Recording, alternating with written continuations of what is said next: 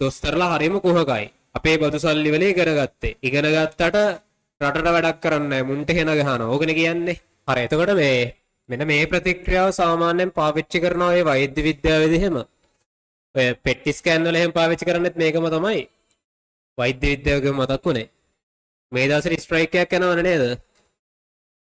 හරි දැන් ස්ට්‍රයික් එකක් කිව්වම ඕගොල්ලන්ට නිකන් අර දොස්තරලා ගැන හරි එන වෛරයක් හරි එහෙම සමාජයෙන් එහෙම යන්න දෙන්නේ. කියන්නේ මුන් එන ලෙඩෙක්වත් බලන්නේ නැහැ කිසිම දෙයක් කරන්නේ නැහැ. එහෙමනේ ඕගොල්ලන්ට අයිඩියා වෙන්නේ. හැබැයි ස්ට්‍රයික් කරනවා කියලා ඒගොල්ලෝ එහෙම නෙවෙයි කරන්නේ. OPD මම හිතන OPD හා ක්ලිනික් තමයි වැඩ කරන්නේ නැත්තේ. හැබැයි ඔපරේෂන් වෝඩ් ඒ ටික ගන්නට වැඩ වෙනවා.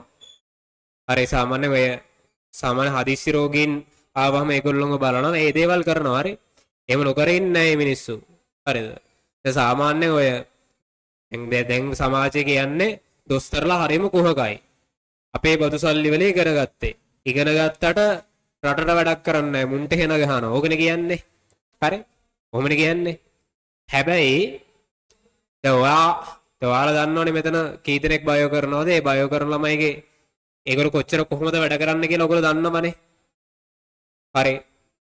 එහෙනම් සාමාන්‍යයෙන් ડોක්ටර් කෙනෙක් වෙන්නේ සමාජ සේවයක් විදිහට නෙවෙයිනේ. එනේ සමාජ සේවකයෝ නෙවෙයි ඒගොල්ලෝ. ඒගොල්ලෝ වෘත්තිකයෝ. වෘත්තිකයෝ සහ සමාජ සේවකයෝ කියන දෙන්නෙක්. හරි. ඒ මිනිස්සු ડોක්ටර් කෙනෙක් වෙන්නේ කියන ඒගොල්ලෝ මහන්සිලා හරි දැන් ඕගොල්ලෝ දන්නවනේ. දැන් ඕගොල්ලෝ කොච්චර මහන්සි වෙනවද? කල්පනා කරලා බලන්න. හරි මෙඩිසින් යන්න ළමයි කොච්චර මහන්සි වෙනවද කියලා. හරිද? රැය ඉදි වෙනකන් නිදි මරාගෙන වැඩ කරලා හරි මාර තරංගයක් නේ මේක. පට්ට කට්ටක් කාලා දෙන්ට යනවා. හරි. දැන් දෙන්ට යන්නේ ඇයි? දැන් එහෙම ගිහිල්ලා ඉවරලා දැන් හිතන්නකො කැම්පස් එකට ගියාට පස්සේ නිකන් ඩිග්‍රී එක දෙනවද? මේක බලෙන් තියාගෙන ඉන්න කියලා එහෙම දෙන්නේ නැහැ. හරි. හිතනත් නැවත වාට සිද්ධ වෙනවා ආයෙ ගිහිල්ලා වැඩ කරන්න. ඉතින් ඒකේ ප්‍රතිඵලයක් විදිහට අවසානයේදී කොහොම හරි මාන්සිලා ડોක්ටර් කෙනෙක් වෙනවා.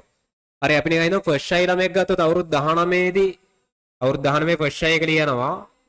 අවුරුදු 20න් ගියත් සාමාන්‍ය අවුරුදු 27ක් වගේ වෙනවා එළියට එද්දී. හරි.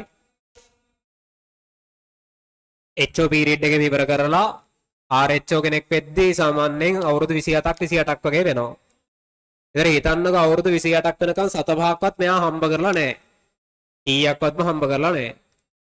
එතන එහෙම හම්බ කරලා නැතුව සහ ලොකු ස්ට්‍රෙස් එකක් එක්ක වැඩ කරපු මිනිස්සෙක්. දීර්ඝ කාලයක් ඒ දේ වෙනුවෙන් මාර විදිහට කැපවෙච්ච කෙනෙක්. හරිද?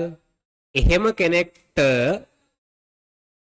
දෙන පඩිය ඇතිද? නිකන් හිතලා බලන්නකෝ. අවුරුදු 28ක් යනකම් සතපහක්වත් හම්බ කරලා නැහැ. හරි. සමහර අය ක්ලිනික් ගියාට පස්සේ කෙනෙක් ක්ලිනිකල් දානවනේ. කියන්නේ ප්‍රැක්ටිස් කරන දානවනේ. සමහර වෙලාවට නැවත එක රිපීට් කරනවා. චුට්ටක් කරදුනොත් එහෙම තමයි. හරි. මාර පනිෂ්මන්ට් තියෙන්නේ. ඉතින් එහෙම තියෙද්දී හිතන්නකො එච්චර දේවල් ටිකක් කරලා හරිම අමාරුවේ මේ ඩිග්‍රී එක අරගෙන ඩොකෙක් වුණාට පස්සේ හරි එන අඩුපඩියකට තමයි වැඩ කරන්නේ. ඒ ඇසේ පර්මිට් එක දෙන්නෙත් නැහනේ. හරි. ඒ පර්මිට් එකක් නැහැ.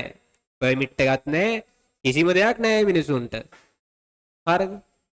ඒ ඇස්සේ දවසක ලෙඩ කීයක් බලනවද කියලා කල්පනා කරලා බලන්නකෝ. හරි සාමාන්‍ය වෙන රටක එහෙම ගත්තොත් එහෙම ડોක්ටර් කෙනෙක් බලන ලෙඩ ගානයි ලංකාවේ බලන ලෙඩ ගානයි ගත්තාම මහසර පොළොව වගේ. හරි. දැන් එහෙම තියෙද්දී බයිනා අරුන් කුහකයා මෙහෙමයි මුන් කිසි වැඩක් නැහැ ඉන්දියාවෙන් දොස්තරලා ගේන්න ඕනේ. ඉන්දියාවෙන් ගෙනල්ලා කරයි. හරි. සාමාන්‍යයෙන් මෙහි ඉන්න අයට මාර විදිහට ලෙඩ අඳුර ගන්න පුළුවන්. හරිද? ඉන්දියාවේ ડોක්ටර්ස්ලාගේ ප්‍රමිතිය අම්මානකට බහැලා තියෙන්නේ. උගේ සාමාන්‍ය සම්පත්තිය නිසා සහ ඔය අර සීනියර් වෙච්ච ගොඩක් හොඳ අය ඉන්න නිසා ඔක ඇදගෙන යනවා. නැත්තම් එහෙම මේ ලංකාව ගත්තාම ලංකාව සෞඛ්‍ය අතින් ගත්තාමත් ගොඩක් ඉහළ තියෙන්නේ. ඒකට හේතු වෙන්නේ ලංකාවේ මිනිස්සු. ඒ කියන්නේ ලංකාවේ ડોක්ටර්ස්ලා ගත්තාම ඒගොල්ලෝ මාර විදිහට දේවල් ගැන ඉගෙනගෙන තියෙනවා. සහ දේවල් ඉක්මනට තේරෙනවා මේ මිනිස්සුන්ට. හරි. ඉතින් එච්චර දේවල් කරන මිනිස්සුන්ට හරි වයින්ව කුහකයෝ කියලා. මේක කල්පනා කරලා බලන්නකෝ. හරිද? එහෙනම් අවුලක් ඒක. මේ මිනිස්සුන්ගේ පැත්තෙන් ගත්තාම මේක සාධාරණ එක ඒගොල්ලන්ට දෙන්න ඕනේ. ඒගොල්ලෝ ඉල්ලන පඩිය දෙන්න ඕනේ. හරි. මං කියන්නේ සාමාන්‍ය ලක්ෂ 5ක් 6ක් ඊටත් එහා පඩියක් දෙන්න ඕනේ. හරි. අනිත් පර්මිට් එක තමයි නැති කරලා දෙන්නේ. හරි.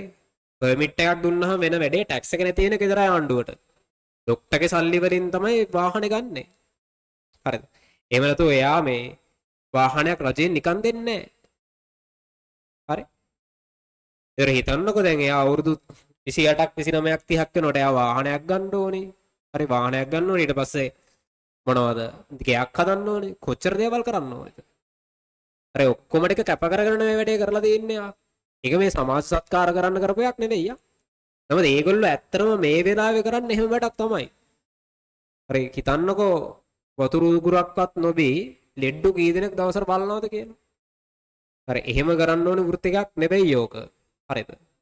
මං හිතන්නේ මේ වෙලාවේ ලංකාවේ මිනිස්සු තේරුම් ගන්න ඕනේ ආණ්ඩුව වැටේ කියන එක නෙවෙයි. හරි? මේ ආණ්ඩුවට කල්ලුත් ස්ට්‍රයික් කළානේ. ආණ්ඩුවට කෙලවන්න නෙවෙයි මේක කරන්නේ. Tamanට අවශ්‍ය දේ ගන්න තමයි මේ වැඩේ කරන්නේ. හරි? නැත්නම් ඕගොල්ලෝ ડોක්ටර් කෙනෙක් වුණාට පස්සේ ඔයාටත් වෙන්න ඔය වැඩේම තමයි. හරි? ඔය ගොඩක් බණිනෙව්ව ඉන්නවනේ. ඒතර හිතන්නකෝ මේ මිනිස්සුන්ට ඒගොල්ලොන්ටත් තිබ්බනේ මේ ඕක ගන්න. ඒ කියන්නේ ලංකා නිදහස් අධ්‍යාපනයේ තිබ්බනේ. ඒයි ඒගොල්ලන්ට ඒක ගන්න බැරි වුණේ.